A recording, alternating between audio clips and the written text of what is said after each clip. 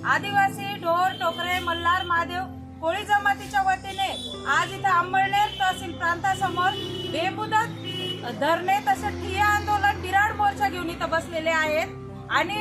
वर्षांपासून आमच्या आदिवासी कोळ्यांचा जातीचे प्रमाणपत्र म्हणजे एसटीचे प्रमाणपत्र सुलभतेने मिळण्यासाठी हा जो संघर्ष सुरू आहे, परंतु आंधळ असणारं हे सरकार आंधळ झालेलं आहे। शिंदे, फडणवीस,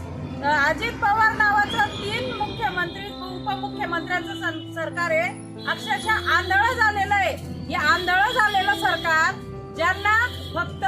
संख्येने मोठे असणारे मराठी बांधव तसेच ओबीसी बांधव यांच्याकडे लक्ष देऊन त्यांचे प्रश्न सोडवण्यासाठी यांना वेळ आहे, परंतु जवळपास महाराष्ट्रामध्ये आदिवासी कोळ्यांची 60 लाख एवढी संख्या असताना